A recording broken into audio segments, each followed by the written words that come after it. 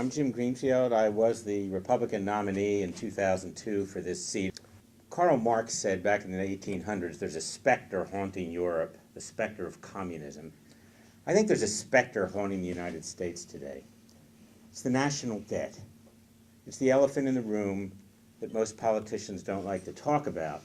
And frankly, in going to all these candidate forums over the last few months, I've noticed that the Democrats apparently haven't noticed that there's a national debt.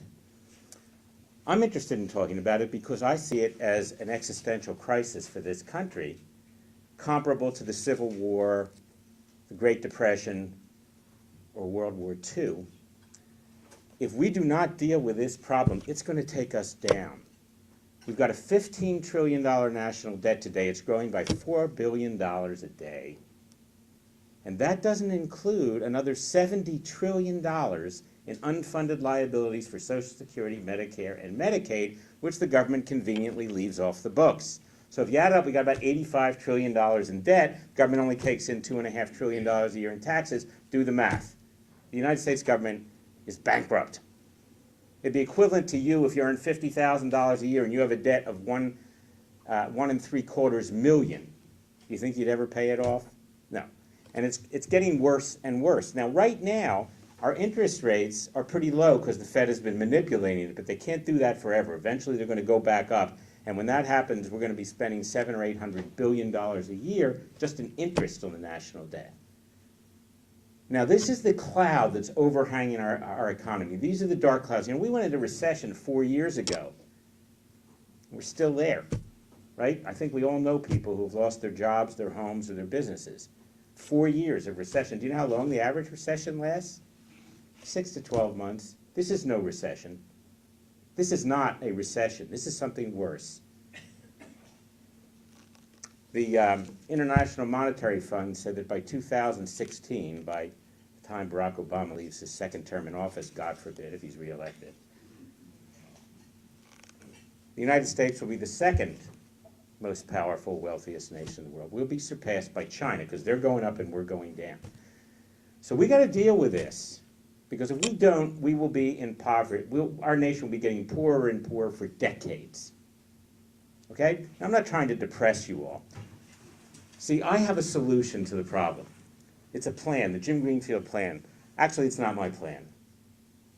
It's a plan of some very smart guys in Philadelphia in 1787. It's called the United States Constitution. They came up with this 160 years before I was born in Philadelphia, not knowing that that was going to happen. And it was called the Miracle in Philadelphia, not my birth, the Constitution invention. Why was it a miracle? Because it was the first time in history that a group of citizens got together and said, this is how we're going to be governed. We got a plan. They actually took that phrase from the Declaration of Independence. A government derives its just powers from the consent of the governed, and they made it real. Until then, the world was ruled by kings and tyrants, and they said, no, these are the conditions under which we're willing to be governed by our government. They made the social contract into a reality. These are the terms of the contract. Now, you know, a lot of people were skeptical about the idea of a new constitution. So they said, well, how do we know this new government's not going to have too much power? So some of the founding fathers, especially James Madison and Alexander Hamilton, wrote the Federalist Papers, and they said, look, you don't need to worry about the new government. It's not going to have too much power. Your rights and liberties will be protected because this is a government of limited powers. A government of delegated powers. It only has a few powers that have been assigned to it by the Constitution. Anybody in here think we've got a government of limited powers in Washington, D.C. today? They think they have the power to bail out banks with our money. They have the power to set up thousands of government agencies that aren't mentioned in the Constitution, that cost trillions of dollars a year to operate, to take money from people who earn it and give it to whoever they want, whether it be fat cat bankers or poor people who don't want to work. And if you mention this, they say you don't have any compassion. What about compassion for the guy you're taking the money from? So, you know, you look in Article 1, Section 8, what powers does the federal government have? Well, they got the power to coin money. patents and copyrights, punish piracy and counterfeiting, regulate commerce among the states and with foreign nations, national defense, post offices. Did I miss anything? That's about it. Where do they have the power to create a Department of Health and Human Services, Agriculture Department, Labor Department, Commerce Department, Interior Department? Where do they get the power to tell you how much water is allowed to come out of your shower head? I mean, it gets kind of ridiculous. Or what kind of toilets you have to buy, or what kind of light bulbs you got to buy. They think they can do whatever they want. So the solution to our problem is we get back to this. But it isn't going to be easy, because the vested interests that are dependent on the system we have now don't want to get rid of all of those unconstitutional functions that our government's performing. It's great to say, well, we're not going to allow them to pass any more unconstitutional laws. Well, they just, passed Obamacare. But we're going to go in, we're going to repeal that. Now, Rob Cornelius, by the way, won't vote to repeal it. And he won't take the pledge to repeal Obamacare, and I asked him why at a forum. And he said, well, what's the point? Because President Obama will just veto it. So at the next forum, I said, well, what if, do you think President Kane would veto it? And he didn't have an answer. I said, well, every single Republican in Congress voted against Obamacare. Do you want to send somebody in Congress who's not willing to get rid of it? Or somebody who won't sign the pledge not to raise taxes. Another fundamental core Republican value. We will not raise taxes, because this problem was not created by a lack of taxes. It was created by reckless spending by irresponsible politicians who don't give a damn about anything except for perpetuating themselves in power. Now, I've been advocating for these principles for 20 years on the radio, numerous radio stations, for limited government, balanced budgets, lower taxes, and restoring our free enterprise system. And that's the solution, because you see, in a modern economy, you have a private sector and a public sector. The federal government now consumes 25% of GDP, the highest level in history. That's where the money is going. That's why we're all getting poorer. So we got to start cutting the government back, letting the free enterprise system start growing and hiring again. Questions? Yes. What do you think of federal funding for Planned Parenthood? I'm against it. Yeah, look, I don't know where in the Constitution the government even has a business being involved in medical care. Now, we've got the Medicare system. People have been paying taxes, so you can't get rid of it. People are entitled to their benefits. They've been paying those taxes. But Medicaid, nobody paid. Those people who are getting Medicaid benefits, they didn't pay any taxes for it. We could certainly phase that out. And the government shouldn't be giving money away to private nonprofit organizations. That is just a formula for corruption. The government gives money to groups like Planned Parenthood or Acorn. And what do? They use the money to help those politicians who got them the money get reelected. Or how about the public broadcasting?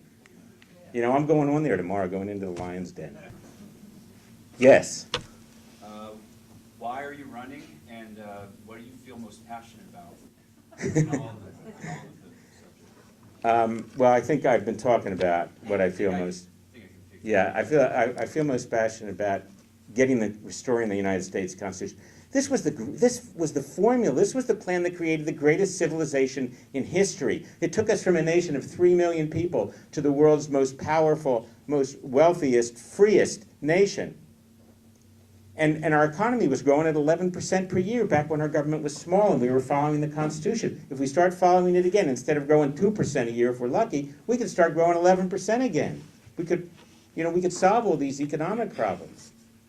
And that's why I'm running. Okay. Yes, sir. Yeah. Which departments in Washington, D.C. would you target first for elimination? Well, I'd start with the National Labor Relations Board, which thinks that it has the power to tell a corporation what state to locate in. The arrogance of that. But, I get rid of the Federal Reserve Bank. The Federal Reserve was created in 1913 for the purpose of preserving the value of the dollar. They've done a great job, huh? Dollar's lost 96% of its value since then. We had a stable dollar. We had a stable dollar for our first 130 years of history, and then we created the Fed. It was based on gold. How about the Energy Department? They've done as well at their mission as the Fed has at theirs. Their mission was to make the United States energy independent. And we're importing twice as much oil now as when they were created. And how many billions did they spend?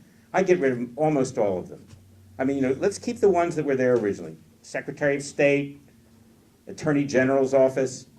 When the Attorney General, when George Washington was president, did you know the Attorney General was a part-time job? How many thousands of lawyers do they have there now? I don't know what's going to happen when they fire all those lawyers. What are they going to do? Maybe we can send them to China.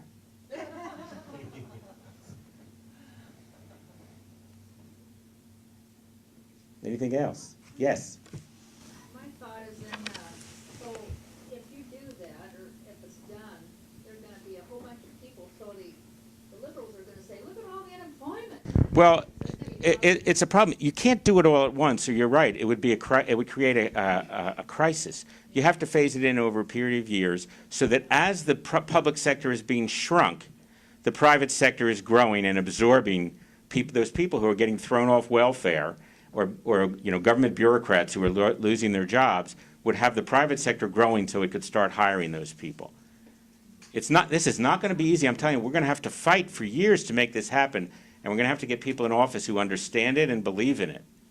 And it'll really help if we get a president who can lead on these issues too. But unfunded mandates, what would happen to those? They go away. I mean, Chop them? let me just read you very quickly.